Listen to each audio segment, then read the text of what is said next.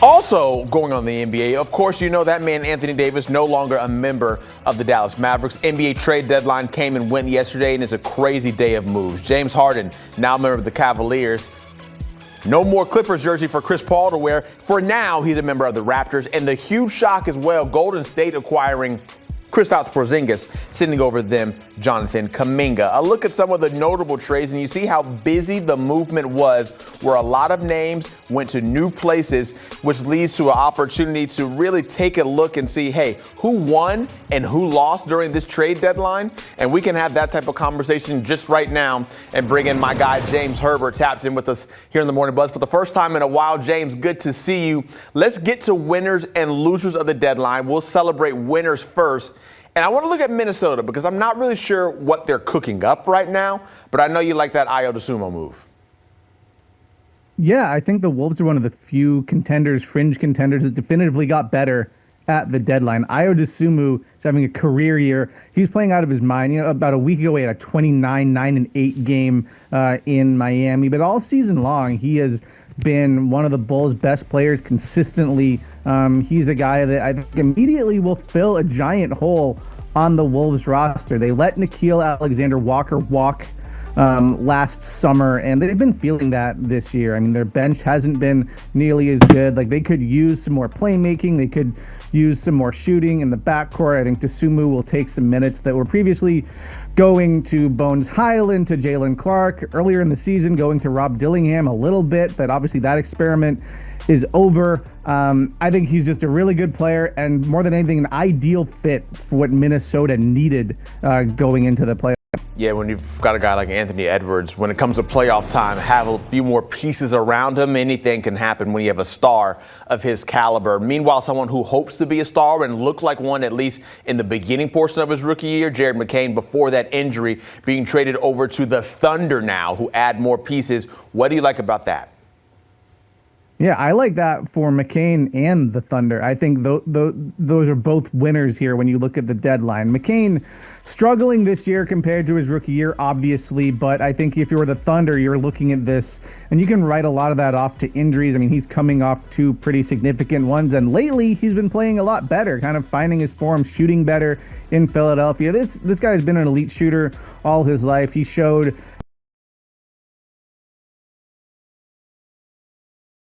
as well. And I think, you know, the Thunder are not a team that has a lot of flaws, but at times their offense can get a little stagnant. They can be overly reliant on Shai Gilgeous-Alexander, and they can go cold from three-point range. So to get another guy that can both create for himself and for his teammates and knock down threes and get him on a small, team-friendly, controllable contract, I think that's big for OKC. Especially, it's rare to see a guy go to the best team in the league and maybe get more opportunity. And at least in the short term, I think that's exactly what McCain's going to experience. Instead of being stuck in that log jam with Maxey, Edgecombe, and Grimes in Philly, he's going to a team where Shai Gilgeous-Alexander is out for the next little while. AJ Mitchell is out as well. So I think they're going to have to put the ball in McCain's hands a little bit more than he's been used to lately. And I'm excited to see what he can do in OKC. Yeah, if he can tap back into that beginning portion of the rookie year version of Jared McCain, man, the Thunder just got even better just like that.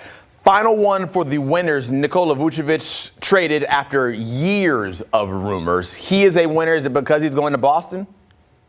Yeah, precisely. I mean, he's sort of been in purgatory in Chicago, a team that is just perennially in the play-in, and now he gets to go to a team that is having a wonderful season in Boston and needed a player like him. I mean, I expect him to kind of step into the Luka Garza role, just kind of be a better version of that. It's going to be an adjustment for him. I mean, they're going to ask him to do some different things than he has been doing in Chicago, ask him to accept a bench role, I presume, given how great Nimi Keita has been as the starting center there. But I think he's overqualified for that role. He'll give the Celtics more spacing at the 5 spot than they've had this year. Yeah, Luka Garza has shot well from 3, but opponents don't really respect him out there. They kind of let him have those open shots. I think Vucevic will fit right in, and he'll get to play meaningful games. I mean, this is a guy that really has never gotten to play in the second round of the playoffs. Like, yeah, as a rookie, million years ago, the Sixers got to the second round, but he wasn't in the rotation. He wasn't really a part of that. So I think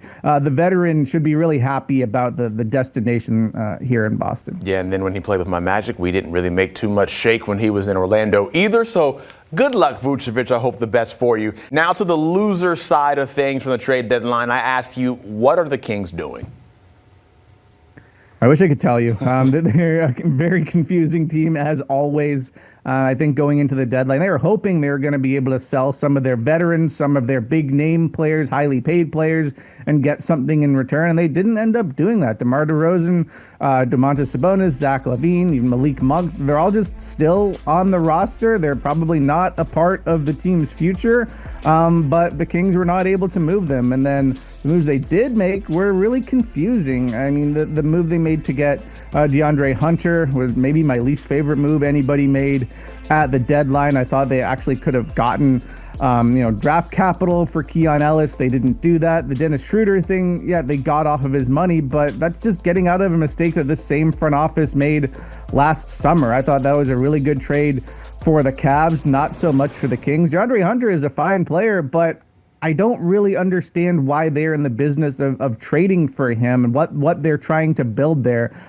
Keegan Murray is cool. They have a couple of rookies that are helping this year, and you can see them kind of building something eventually with those guys. But I expected them to act more like a proper rebuilding team at this deadline. They just didn't get anything done. Yeah, so many pieces. As you mentioned, they're just still there on the roster, didn't get moved. No moves of sizable size for the Sixers. Joel Embiid said he wanted to see the Sixers improve. Obviously, we talked about Jared McCain earlier, but is it because they didn't make those moves that you say that Philly's a loser? I think Philly's a loser because their fans are really upset right now. I think a lot of people were attached to the idea of McCain developing there and thought they kind of are selling low on him because his numbers are down this year. I mean, we'll see how that plays out. I mean, the value they got from McCain, like you could make an argument that if you don't believe that he is the player that we saw for a few weeks last year before he got hurt, that's actually good value. But I just think it's kind of a bummer given how well Joel Embiid is playing. The fact that Embiid said publicly he hoped they didn't just duck the tax and actually look to improve the roster, just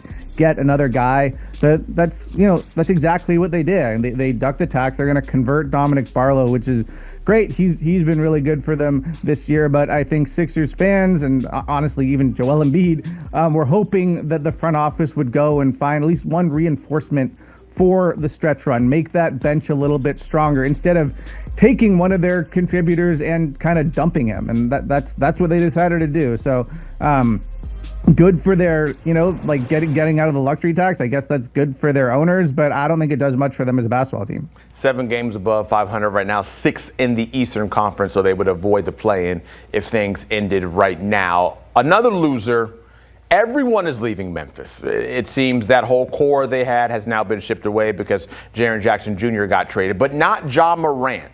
Why is he a loser?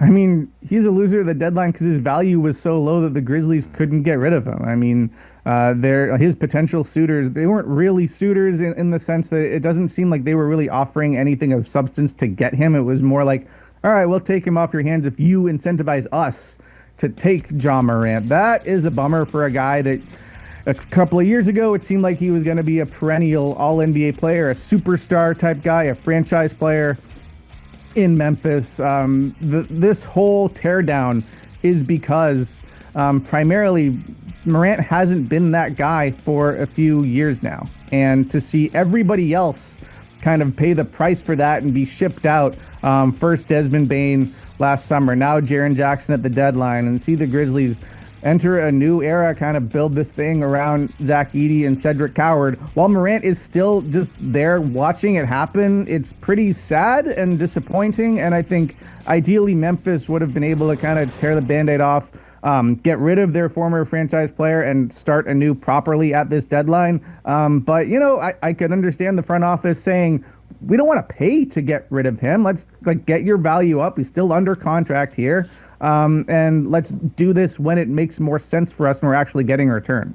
Because people love to clip things off and put it on social media and let it live forever, I obviously was not calling Ja Morant a loser. I was just saying, why is he a loser at the trade deadline? For all the people who are still listening and watching. James Herbert, thank you so much. Appreciate it. Talking some NBA with the trade deadline now behind us, and we look forward towards the second half of the NBA season coming up and crowning a title later on this summer. It's the Thunder who are still the big-time favorites at plus 105. Everyone thinks they will run it back. Nuggets at plus 650. Cavs leading the way in the East despite not having the best record in the East at 13-1.